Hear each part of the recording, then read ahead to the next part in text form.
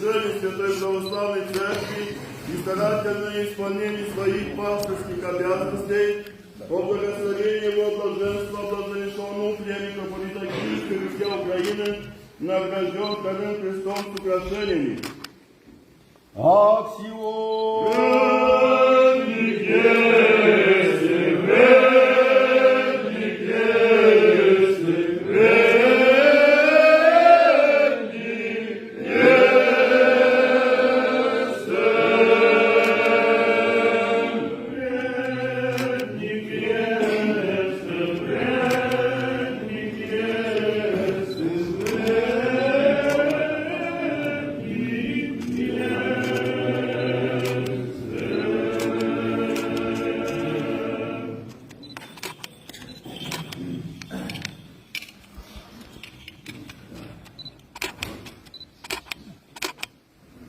Наградная грамота Клик, Черновиков Украинской епархии, Елей Михаил Иванович Бодьяну за ревностное служение Святой Православной Церкви и старательное исполнение своих пасторских обязанностей по благословению